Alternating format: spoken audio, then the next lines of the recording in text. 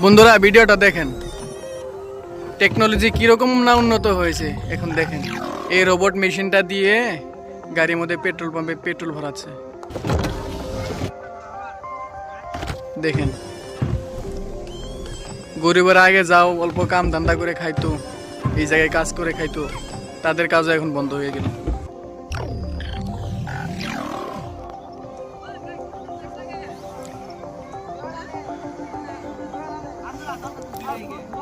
ভিডিওটি একটি শেয়ার করে দিয়েন আর একটা লাইক করে দেন দোস্ত, আমার নতুন পেজটা ফলো করে সাথে থাকবেন।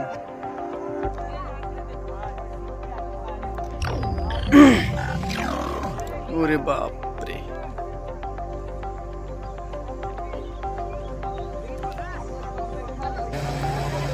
আর যে কি কি বের হবে দোস্ত, কি কি যে বের হবে কোনো সন্দেহ নাই।